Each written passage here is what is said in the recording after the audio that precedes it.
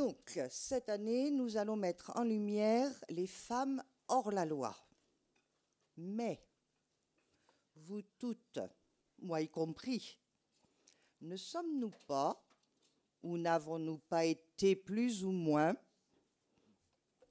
hors la loi, au sens large, c'est-à-dire hors des cadres, hors des normes que la société nous impose? On peut se poser la question. Donc sans plus tarder, parce que nous avons un programme très riche et nous avons pris un petit peu de retard, nous allons commencer avec ce premier volet donc intitulé « Au nom de quelle loi ?», avec la communication de Sandrine Gauvin.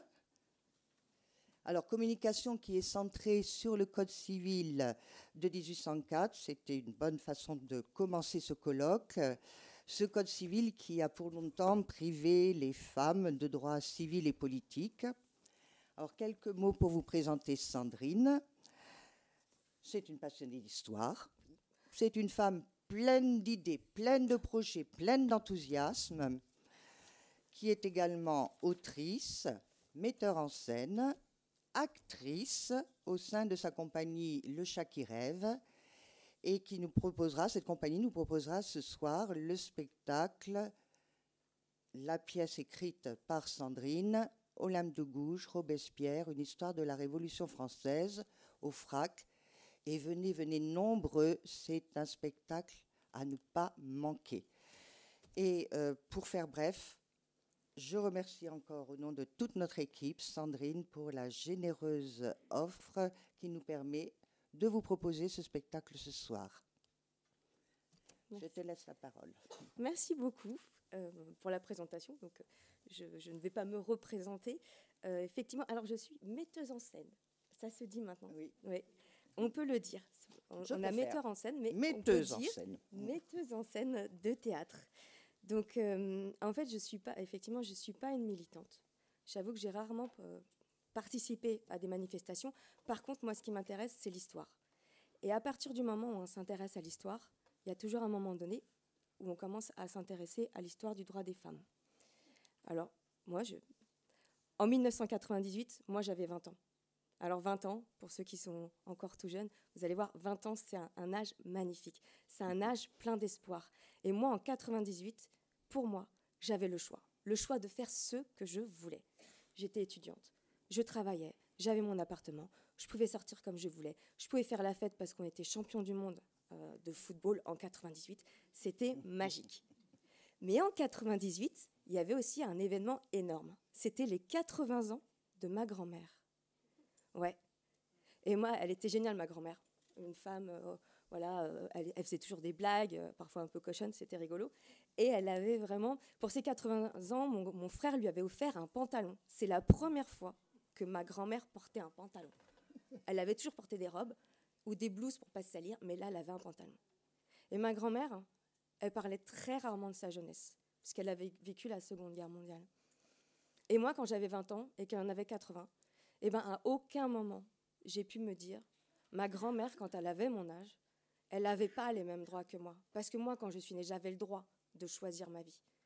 Mais ma grand-mère, elle avait 20 ans en 1938. Et en 1938, ça faisait des années que le Sénat refusait toute proposition de loi pour accorder le droit de vote aux femmes, pour leur accorder le droit de se présenter. Des années. Quelques années plus tard, je me suis mariée. Ouais. Et devant le maire, il nous a dit quelques mots, à mon futur époux et moi, et il nous a parlé du respect dans le couple. C'est un terme qui est arrivé dans le Code civil en 2006, en plus de la solidarité, fidélité, tout ça. Le respect, la base. Et à aucun moment, quand je me suis mariée, je me suis dit que quand ma grand-mère, elle s'est mariée, on lui a parlé d'obéissance. On lui a dit, à partir de maintenant, tu vas obéir à ton mari. Mon grand-père, c'était un être adorable, en fait. Tu vas obéir à ton mari. Et vous savez pourquoi je ne savais pas ça ? Parce qu'à l'école, j'ai étudié à peu près la même chose que vous. J'ai étudié le grand Napoléon Bonaparte. J'ai étudié l'Empire. J'ai étudié ses guerres, ses victoires, ses défaites. Et son œuvre mémorable, il disait toujours, ce qui restera de moi, c'est le Code civil. Alors oui, j'avais entendu parler du Code civil. Par contre, ce qu'on avait oublié de nous dire, c'est que le Code civil, c'était la mise à mort des droits des femmes. C'était la légalisation de l'inégalité. C'était la légalisation de la discrimination des femmes. C'est pas moi qui le dis, c'est dans la loi. C'est comme ça. Et ça, on ne me l'avait pas dit. Et je l'ai découvert il y a quelques années. Et je me suis aperçue que moi, j'étais l'héritage du combat de ma grand-mère, du combat d'anonymes. Il y a des femmes célèbres, puis il y a des femmes qui ne parlaient pas, mais qui agissaient au quotidien, et qui étaient au quotidien hors la loi. Parce que ma grand-mère, elle n'avait pas le droit de sortir sans autorisation de mon grand-père. Mais elle le faisait quand même. Parce qu'elle avait du caractère. Donc voilà. Donc, le Code civil, qu'est-ce que c'est ? C'est ça. Nouvelle édition, 2024. Et en 2024, on va fêter les 220 ans du Code civil. Parce que ce Code civil-là, c'est celui-ci, celui de 1804. Code civil des Français, édition originale et seule officielle. C'est le titre. Promulgué par le premier consul Napoléon Bonaparte en 1804. Alors, il y a 2840 articles, quelque chose comme ça. Bon, je l'ai lu, forcément, c'est un peu chiant. Mais ce ne sont pas juste une succession d'articles, c'est une vision. Parce que Napoléon, il voulait une nouvelle vision de la société. Alors c'est magnifique, l'idée est superbe. Et en plus, ça reprend des très belles idées de la Révolution française, notamment l'égalité face à la loi. Ça, c'était vraiment un des combats de la Révolution française, que chacun puisse être égal à l'autre devant la loi, qu'on soit riche ou pauvre. Sauf que c'est chacun et c'est pas chacune. Mesdames, à partir de 1804, vous ne pouvez absolument pas faire de procès, d'aller devant un tribunal sans autorisation de votre mari, sans tout court, parce que de toute façon, vous n'avez pas le droit. Et ça jusqu'en 1970. Voilà, ça commence bien. L'autre gros principe de ce code, je vous le remonte, il est énorme. Là-dessus, il y a à peu près tout ça sur la propriété. Alors, grand principe aussi de la Révolution française. Autant vous dire que si vous avez des questions sur un mur mitoyen chez vous, toutes les réponses sont là. Donc la propriété, la Révolution française aussi, que chacun puisse être propriétaire et conserver cette propriété. Chacun, mais pas chacune. Parce que, mesdames, à partir de 1804, vous ne pouvez pas être propriétaire. Pourquoi ? Parce que vous n'avez pas le droit de signer de contrat. C'est la loi. Et la troisième chose, la famille. En fait, Napoléon Bonaparte, pour lui, le plus important, c'était le socle familial. Donc, il va légiférer par rapport à ça. Et voilà. Il y a une personne qui dirige dans la famille, c'est l'homme. C'est le bon père de famille. Alors, on le voit beaucoup dans le Code civil, le bon père de famille, en fait. Et donc, c'est simple. C'est dès la naissance. Attendez, hop, je vais boire un petit coup d'eau. Parce que là on va s'attaquer au lourd. Voilà.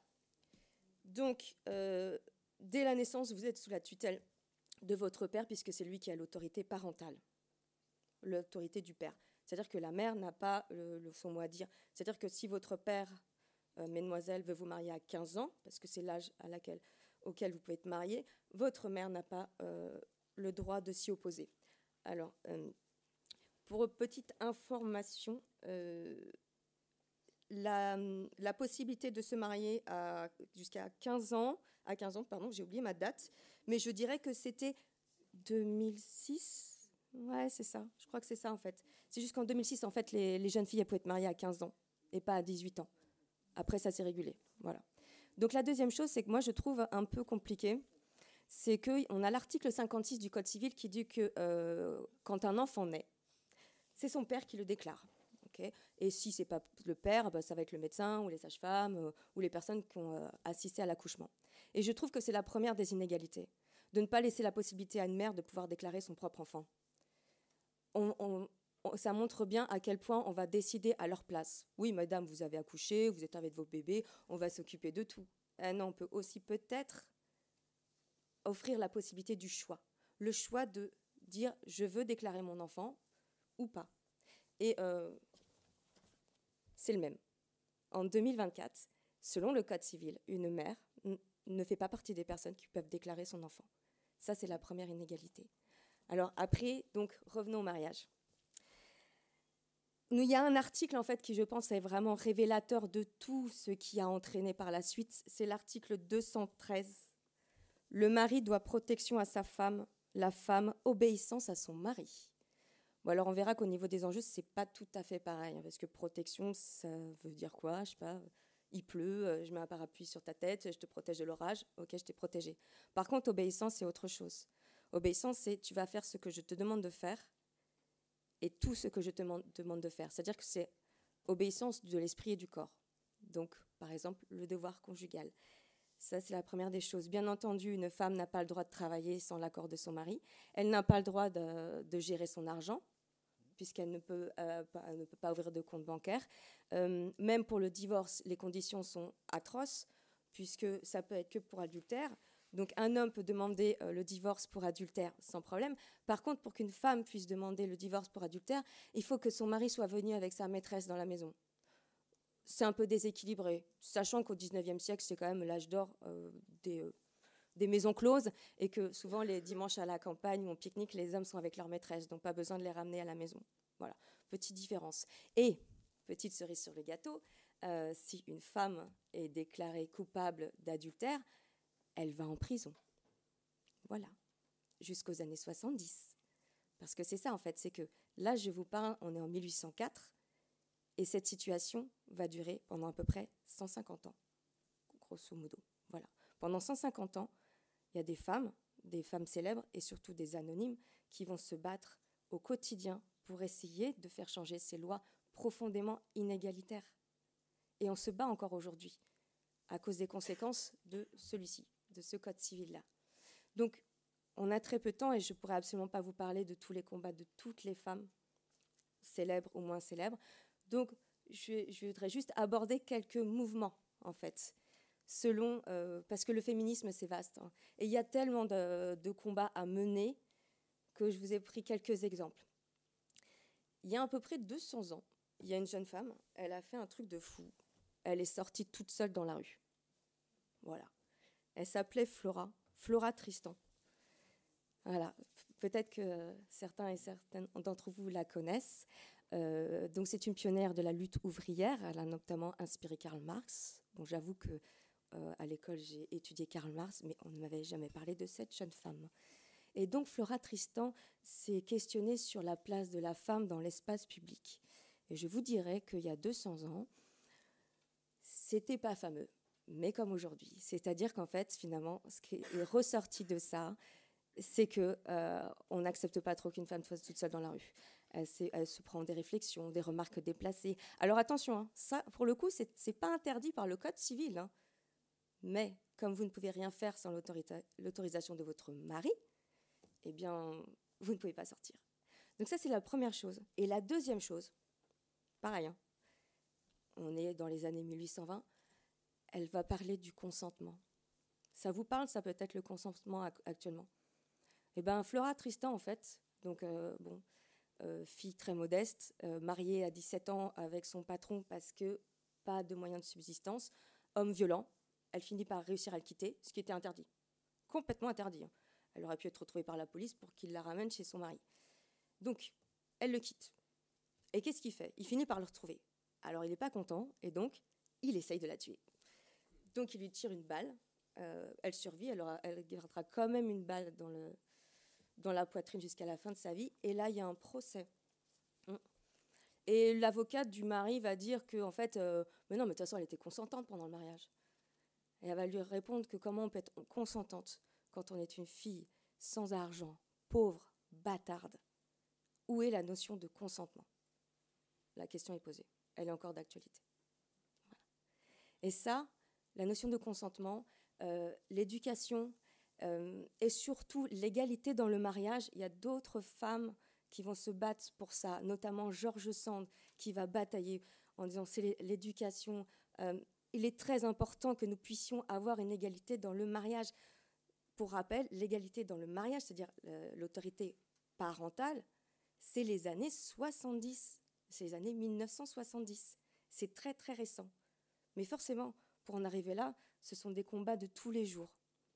Et donc, George Sand, elle était vraiment sur l'égalité dans le mariage, sur le divorce, et pas trop pour le droit de vote. Elle pensait que c'était une étape d'après, contrairement à Hubertine Auclair, qui était vraiment une grande militante aussi sur le droit de vote. Et selon l'histoire, c'est après avoir lu une lettre d'un homme un peu célèbre, qui avait fini au Panthéon, qu'il avait écrit au rédacteur en chef d'un journal féministe. Et je vais vous lire un extrait. « Il est douloureux de le dire, dans la civilisation actuelle, il y a une esclave. La loi a des euphémismes. Ce que j'appelle une esclave, elle l'appelle une mineure. Cette mineure selon la loi, cette esclave selon la réalité, c'est la femme. » C'est une lettre de Victor Hugo, qui était un grand militant féministe. Et après avoir lu cette lettre, Hubertine Auclair, elle monte sur Paris et elle milite. Et pareil, elle va faire des trucs de fou, des trucs complètement interdits. Elle va aller à la mairie lors des mariages. Et dès que le fameux article, vous savez, sur l'obéissance est dit pour la femme, elle va faire du bruit avec ses amis pour déstabiliser, pour déranger les cérémonies, pour dénoncer le fait que c'est honteux. Bon, bien sûr, après, elle part très, très vite, parce que c'est illégal, il ne faut pas se faire arrêter. Elle va également faire la grève des impôts, en disant pourquoi nous, on payerait des impôts. On paye des impôts, mais on n'a pas les mêmes droits que les hommes. Bien entendu, elle fera partie des manifestations pour les 100 ans du Code civil, parce que, 100 ans de combat, et pas beaucoup d'avancées, malheureusement. Et le droit de vote. Et elle va militer jusqu'à la fin de sa vie pour le droit de vote et le droit d'être élue pour les femmes. Malheureusement, elle ne verra pas ce jour arriver parce qu'elle mourra avant. Mais c'est pas grave. Ce que je veux dire, c'est dans l'absolu, c'est un mouvement, c'est une lame de fond. C'est ça qu'il faut se dire, c'est cette lame de fond de ce qu'on peut appeler les femmes hors la loi, c'est-à-dire les femmes et les hommes, parce que c'est un combat ensemble, qui disent non, cette loi n'est pas juste. Nous avons des droits. Nous avons le droit de voter, nous avons le droit de travailler. Mais malheureusement, je dirais que quand on regarde l'histoire, et d'un point de vue pragmatique, en fait, je dirais que la seule façon de faire avancer les choses, eh bien, ce sont les décisions politiques. Vous pouvez faire tout le bruit que vous voulez. S'il n'y a pas une décision politique qui suit, rien ne se passe. Et l'une des grandes décisions politiques qui va aider ce mouvement, voilà, je dirais, c'est à la fin de la Deuxième Guerre mondiale. C'est le général de Gaulle. Parce que le général de Gaulle, il voulait une France nouvelle aussi. Mais pas avec les idées de Napoléon Bonaparte. Pour lui, il s'est dit que cette France-là, c'était les hommes et les femmes. C'était quand même bien normal de remercier les femmes après tout ce qu'elles avaient fait, notamment pendant la Seconde Guerre mondiale. Et donc, il a dit l'une des premières des choses, c'est qu'elles auront le droit de voter et d'être élues. Et ça change tout, de pouvoir être élues. Parce que ça veut dire pouvoir participer à la vie politique. Et la deuxième chose qu'il a faite, c'est que dans le préambule de la Constitution de la 4e République, il a noté l'égalité entre les hommes et les femmes. Alors c'est marrant parce qu'en fait, ça m'a rappelé un texte qui date de 1791, et c'est l'article 1er qui dit que les femmes naissent libres et demeurent égales à l'homme en droit. Et c'est la Déclaration des droits de l'homme et de la citoyenne d'Olympe de Gouges, en 1791. Et je me dis en 1944, ouais, c'était bien quand même à un moment donné qu'on s'intéresse un peu à cette femme qui, je vous le rappelle, si vous ne savez pas, elle a fini guillotinée. Donc c'est une amorce, c'est un début. Et après, ça va, je dirais que la deuxième partie du XXe siècle a vraiment été plus rapide au niveau de l'acquisition des droits. Pourquoi ? Parce que finalement, les femmes avaient plus de pouvoir, mais que ce soit du pouvoir politique, on s'entend, ou médiatique. Et elles ont commencé à manifester. Et elles ont commencé à avoir du soutien, de part et d'autre, de tout le monde, en fait. Tout le monde, j'entends, en fait. Mais c'est parce qu'en 1965, ce sont les premières lois qui permettent une indépendance pour les femmes. Elles ne sont pas arrivées comme ça, les lois. C'est des années et des années de manifestations, de travail au quotidien. Mais à partir de 1965, mesdames, vous avez le droit de travailler sans l'autorisation de votre mari. Vous pouvez avoir un compte en banque et vous pouvez même gérer votre argent. Et ça, c'est bien. Vous allez pouvoir bientôt être propriétaire. Et d'ici quelques années, vous ne serez plus obligé de dire que vous plaidez à obéissance à votre mari. En 1971, cette loi change. C'est très récent aussi. Donc, nous avons une égalité légale sur les salaires, voilà, bon, il y a encore beaucoup de choses à faire. Et puis, il y a, ouais, quand je dis que ça fait 220 ans qu'on y travaille, c'est qu'il y a encore beaucoup de choses à faire. Mais il y a une autre chose qui va prendre le dessus, c'est récupérer son corps. Quand on dit « ok, j'obéis », c'est « j'obéis ». Ce que je vous disais tout à l'heure, c'est la tête, l'esprit et le corps. Et à partir des années 60, il y a vraiment un mouvement pour récupérer son corps. Ce que j'appelle récupérer son corps, c'est en être maître, c'est ne plus être l'objet de son mari notamment. Et ça passe par la contraception qui sera accordée en 1967.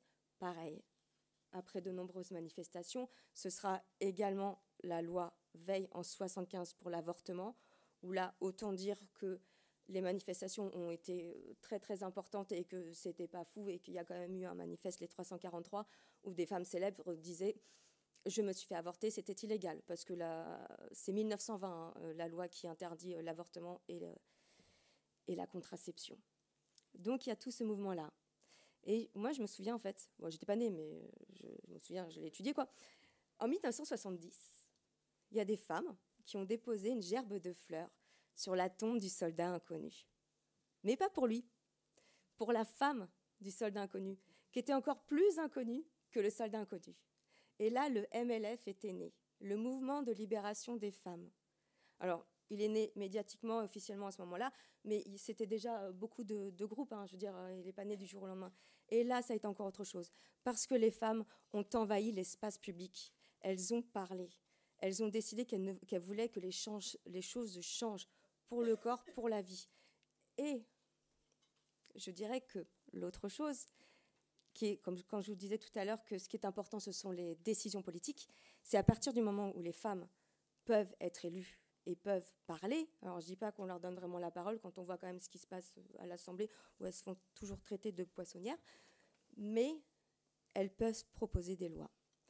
Et je voudrais juste terminer par une petite phrase dite par une femme en 1976 à la télévision. Aujourd'hui, on est en train de redécouvrir que les femmes sont des êtres humains et qu'une femme, c'est pas un trou par lequel le sexe d'un homme entre et par où les enfants sortent, que les femmes, c'est aussi autre chose. Cette femme-là, elle s'appelle Françoise Giroud. On est en 1976. Elle est secrétaire d'État chargée à la condition féminine. Et elle dit ça à la télévision avec une classe, alors que c'est hyper violent. C'est ultra violent, mais vraiment très très raffinée. Une femme très raffinée qui va proposer à peu près 101 mesures aux différents ministères. Elle va travailler avec tous les ministères, la justice, la santé, le travail, pour essayer de faire progresser la condition des femmes et de lutter contre la discrimination. Alors, ce mot-là, c'est le mot employé par Giscard d'Estaing quand il a créé ce poste-là. Discrimination, on y est. Il y a encore du travail contre la discrimination, contre l'inégalité. C'est Simone de Beauvoir qui a énormément œuvré aussi avec Gisèle Halimi, mais peut-être on en parlera une autre fois de leur travail formidable. Simone de Beauvoir disait « N'oubliez jamais qu'il suffira d'une crise politique, économique ou religieuse pour que les droits des femmes soient remis en question. Ces droits ne sont jamais acquis. Vous devez rester vigilante toute votre vie durant. » Eh bien, pour répondre à Simone de Beauvoir, je dirais juste « Debout, femmes esclaves, et brisons nos entraves, debout, debout ». C'est l'hymne du MLF de 1971, parce que le combat est loin d'être terminé. Je vous remercie. Merci Sandrine. Merci.